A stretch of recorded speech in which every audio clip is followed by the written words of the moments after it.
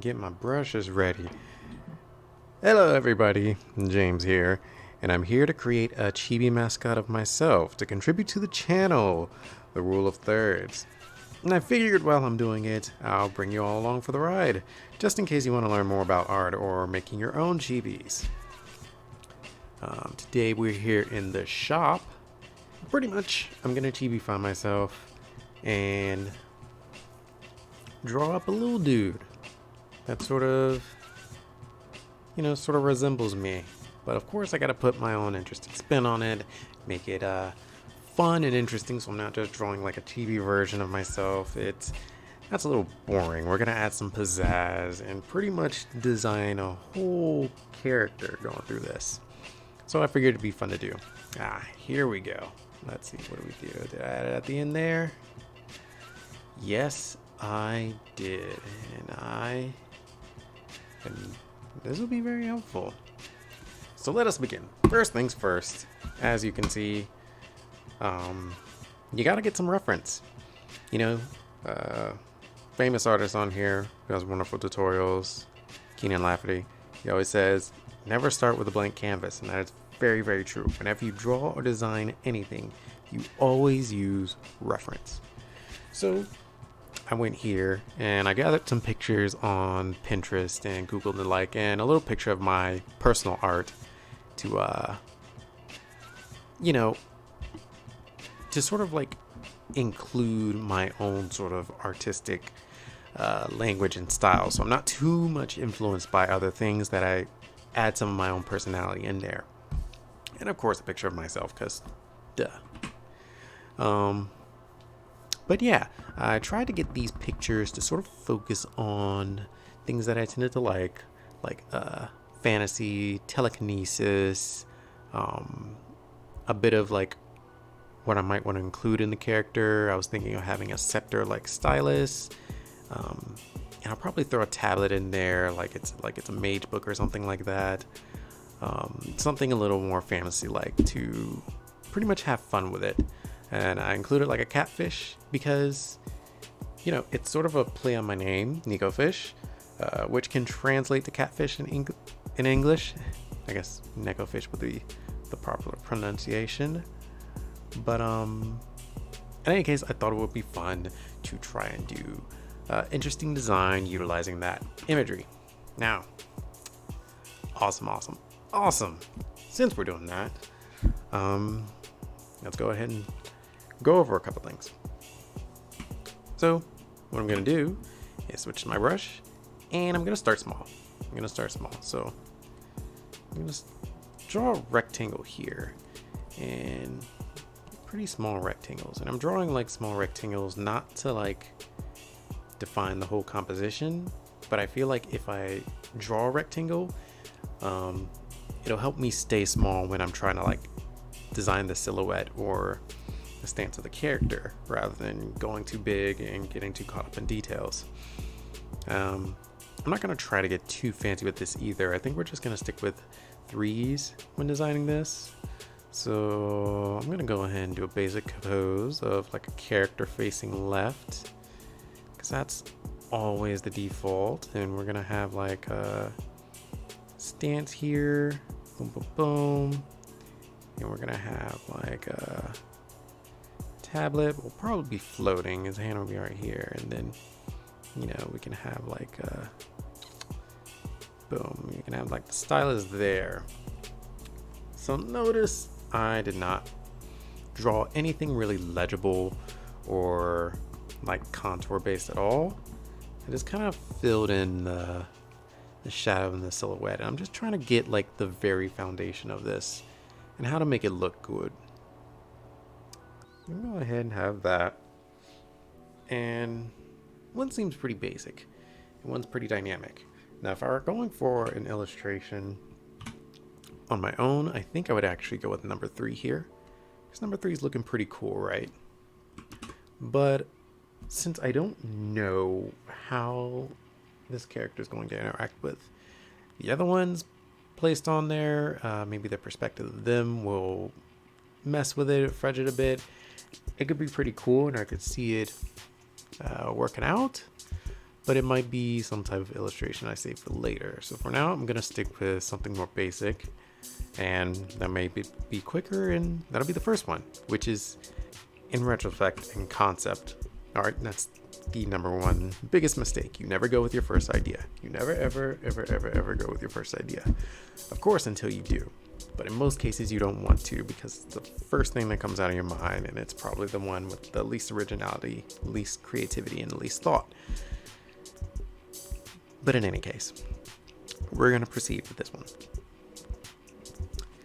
So let me switch my lasso tool, and we're going to layer via copy. We're going to get rid of the other ones.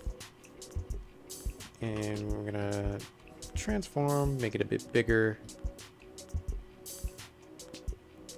Around there. I don't want it to get too big yet, because we're going to drop that opacity to like a very small amount, probably 6. We're going to create a new layer. We're going to switch to a brush, and now we're going to start contouring things out. So now we're going to work in the proportions. And man, this brush is a little more lag than I thought. Let me see if I can adjust that. Cancel. I'll work with it. So we're gonna go ahead and dip in here. And this is kind of like how I like to draw out cartoons on my chibis. So we start with a big ass head, and then we go to like a rectangle for the body. And we sort of like slanted with the line of action. And then you can pretty much trace out the feet from here. So I'm doing this because I like foreshortened angles, and I kind of want to, actually, I'm gonna have to change up this hand a bit more. Let me readjust that. But I kind of want to show him kind of like using telekinesis. So I want him to make the tablet floating. I feel like that's something like pretty consistent. Maybe I can like angle the tablet so it's not like in a writing position, but it's just sort of like dangling, like it's not usable, but he's just kind of like showing off.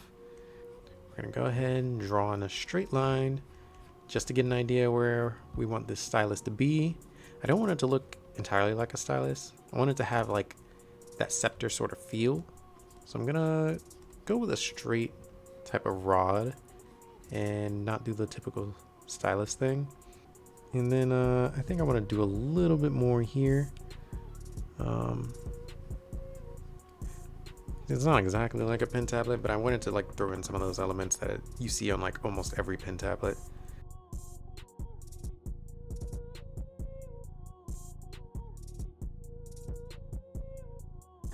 So what I'm doing here is setting it up so I can work on multiple designs. It's important to get a number of clothing designs down because my image library of clothing is actually fairly limited. So doing these really helps you push the boundaries of what you may do by default. It helps avoid those situations where, you know, you draw all of your characters wearing hoodies or everybody wears the same pair of jeans and stuff like that. It's a good way to try to get as many creative versions of the outfit as you can. And so by finishing all these, it really helps push your way to like the best possible design. And you know, 3 is actually a short number for these, but since I'm doing a video, I only stuck to 3. But you would normally want to do more, especially when you're designing a character for something like much larger than this. Let's say for like a manga or a comic or an animation, like anything you're designing a character for, even like video games and stuff, you would definitely do a lot more renditions than just 3. You would probably need to do at least 10, and that's just like the first rough pass of ideas. Ultimately, you'll probably end up doing like, you know, probably around 100 iterations, or at least that's like the standard when it comes to like industry level work and stuff like that.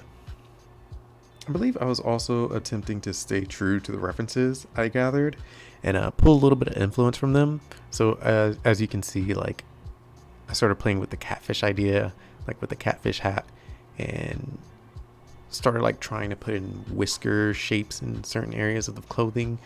I think I ended up dropping it at the end of the day because it just didn't fit, it didn't jive well enough. And maybe if I played with more iterations, I would have found like a version of that fit in well, that wasn't too much fish, but like just the right amount of influence pulled from it.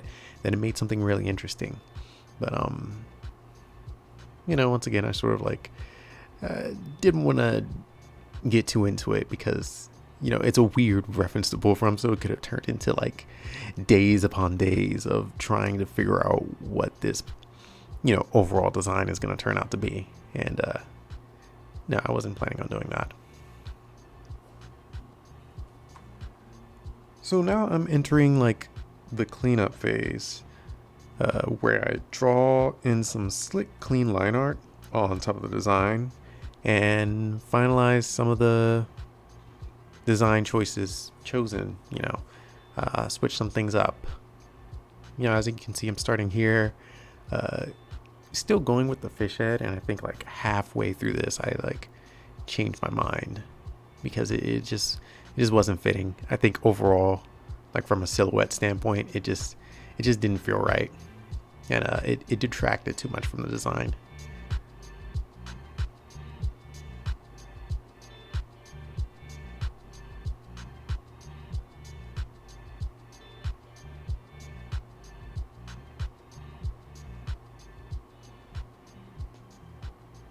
But yeah, so now that this line art is cleaned up, we get into the coloring phase. And the way I color for this case, it's sort of a fast method of coloring. It's not as attentive as you normally would when you're like oil painting or something like that. So I just kind of pick like the skin for the base color, and on layers on top of that, I just kind of like do the flats and pick out a color and sort of use the magic wand tool and select pretty much the space that I want to color and pick my certain color for that. And I try to keep the color schemes relatively complementary. And one of the things I did for shading is I kept it simple by using like a multiply layer and a color dodge layer, and that's an easy way of like getting shading without having to pick out every single shaded color. What you typically do is pick like a desaturated sort of bluish color, depending on the lighting. Actually, it depends on the lighting and the shading in the atmosphere, but typically in like bright days it would be like a bluish color that's desaturated, and you just stick it on multiply and it gives like a shaded hue to like everything you put in the multiply layer. And the same goes for like color dodge. And I think I picked yellow for this one since it's typical bright sunlight. It would be a yellowish hue, and you treat it the same way, and it sort of hits all the lights appropriately. So I think the one thing we're gonna do, in addition to this, is we're gonna alpha lock the line art layer, and we're gonna change up the color of this line art. Let's go in a reddish direction, and I want it pretty saturated but also really dark. And we're going to fill this in and change pretty much the entire line art to some darker red, like not completely 100% black, but darker red. And we're going to take the line art layer, just so I can define it for you guys, line art. And we're going to hit Control J. Boom, we got a copy of it. We're going to change that copy to color burn. And what we're going to do now, and I learned this this is just the trick I learned from other artists myself, and it's been very helpful for acting like, a cool, fun little effect, like a slight bit of volume even though there's not a lot of volume. Sorry, taking a drink. Okay, and we're gonna go to Gaussian blur, and it should be around 6 pixels. You can play with it and see how far you want to go. So this is like 0. You add a little bit more. This 3, it's pretty over it. It adds like a lot, and maybe it's a bit much, more than I want. 4, 6 seems to be around right. 6 seems to be like 6 to 7. It's the amount I go for the most, because once you start getting too far, like a 30, you can't even tell it's there. It's like, what did it even do? You didn't blur anything. So I'm gonna go with a little closer to 7, so 6.8. So we're gonna go with that, and you can see the difference. It just adds like this drifty air about it, but it really like brings everything together, like just rounds it out. I feel like, you know, it's one of those things that sort of contributes slightly to ambient occlusion, and not exactly, but it's just one of those things that, because, you know, for hard crevices and for a lot of hard lines and small little cracks where you would normally see it, it sort of adds in that blur where ambient occlusion would be. You would still probably have to emphasize that a little bit more, but that's for like way more detailed paintings. I just wanted to do a little small, fun little dude as like the mascot or whatever. So there's that. And maybe, ooh, I just switched to a different brush, right? That's okay. And maybe, I don't know, I might switch up the line art a little bit, add like a little extra something. Maybe not. I'm just gonna add in some changes in values and see how I like it. And I'm actually starting to like it. I'm starting to like it. It's looking good. That's too. What if I made it blue? Okay, that's better. But now we're dipping in a territory I actually don't like. What about, you know what? Blue just kind of isn't fitting into this particular picture. If I made it yellow, it'd go over a little more smoothly, even though I still think I overdid it. I think down there is the most I could probably do. Let's add a little bit of that. Let's go back to the brown area, orange. Overdoing it a bit there. Let's do it a bit here. You know, since I already colored the line art, I'm just doing like the little highlight stuff in like key places where I feel like I know the light's gonna hit. Let's cone it down that scarf, and it'll like blend in well.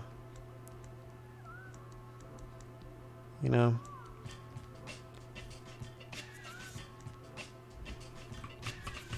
Not that. I think that's good. That's a good amount. And we're done. We're done with Lil Dude.